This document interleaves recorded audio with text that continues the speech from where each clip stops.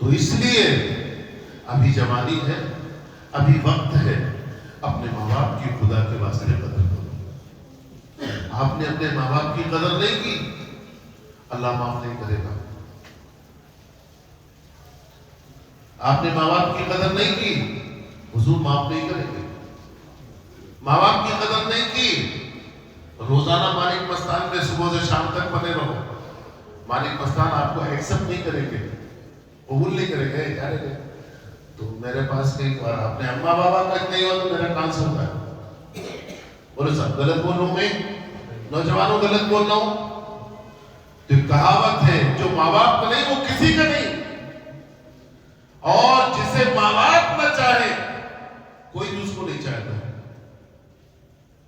تو اپنے ماں باپ کی قدر کرو، آپ ماں باپ کے پاس ہو یا دور ہو، غنیمت شمار کرو۔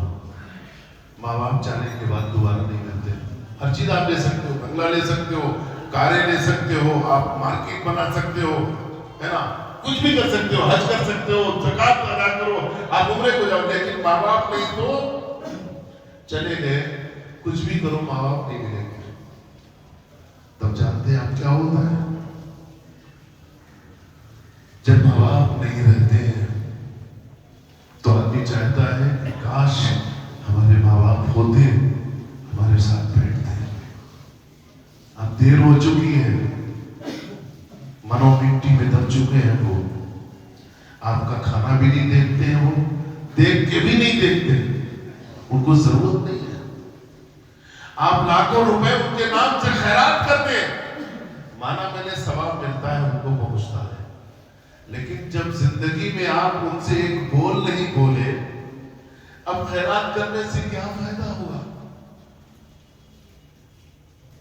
بولتے ہیں جملہ ماں باپ پر، آپ سب کو معلوم ہے، آپ کے ذہن کو تازہ کر دوں، ماں باپ کا کتنا بڑا مرتبہ۔ حضور نے فرمایا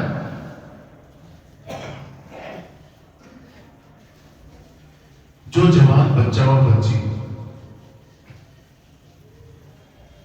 صبح اٹھ کے اپنے ماں باپ کو صرف سلام کرے، صرف سلام کرے، امی السلام علیکم، ابو السلام علیکم، آپ بتاؤ ماں باپ خوش ہوں گے ناراض ہوں گے؟ بولا بیٹا، آپ سمجھ رہے ہو نہیں؟ میری بات سمجھ میں آ رہی نا ہدایت میں؟ تو حضور فرماتے ہیں جو بڑا ہو کر اپنے ماں باپ کو صرف صبح کو سلام کرے، اللہ اسے ایک حج مقبول کا ثواب عطا فرماتا ہے۔ ذرا پیار سے کہہ دو نا۔ ایک صحابی اٹھے عرض کرتے ہیں یا رسول اللہ، میں 2 مرتبہ سب کو سلام کروں، مطلب صبح و شام دو نہیں؟ تو حضور نے مسکرا کر فرمایا اللہ تجھے 2 حج مقبول کا ثواب عطا فرمائے۔ ایک صحابی پھر اٹھے کہ یا رسول اللہ، میں 3 مرتبہ صبح دوپہر شام کو؟ میرے نبی مسکرائے۔ آپ سمجھے نا، حضور مسکرا رہے، سمجھو ساری دنیا مسکرا رہی۔ حضور نے فرمایا تجھے ایک دن میں 3 حج مقبول کا ثواب اللہ عطا فرمائے گا۔ پھر حضور نے خود اپنی طرف سے فرمایا اگر تم صبح میں سے شام تک 50 مرتبہ اپنے ماں باپ کو سلام کرو تو ایک دن میں اللہ 50 حج مقبول کا ثواب عطا فرمائے گا۔ یہ ہے ماں باپ کی فضیلت۔ اب آپ جانتے ہیں ایک حج کے لیے کتنی تکلیف اٹھانی پڑتی ہے، معلوم ہے نا؟ حج کمیٹی سے جا رہے ہیں تو بھی لاکھوں روپے چاہیے۔ ابھی حج بہت مہنگا ہو چکا ہے، غریبوں سے تو بہت دور ہو گیا، کوئی کرا دے وہ نہیں، منیمم 5-6 لاکھ روپے تو ایک آدمی کو ہوتے ہی نا۔ اگر پرائیویٹ سے جائے تو 10 لاکھ روپے سے کم نہیں،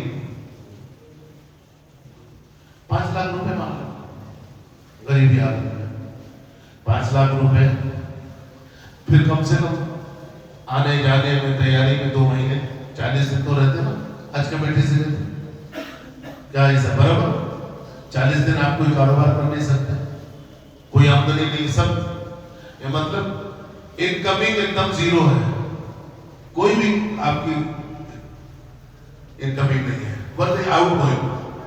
بھئی آپ گئے حج پہ تو مسجد عائشہ جا رہے تو بھی خرچہ ہوگا، گھر پہ فون کر رہے تو بھی خرچہ ہوگا، تسبیح لے رہے، مصلی لے رہے، کھجور لے رہے، کپڑے لے رہے، سب آؤٹ گوئنگ ہے نا۔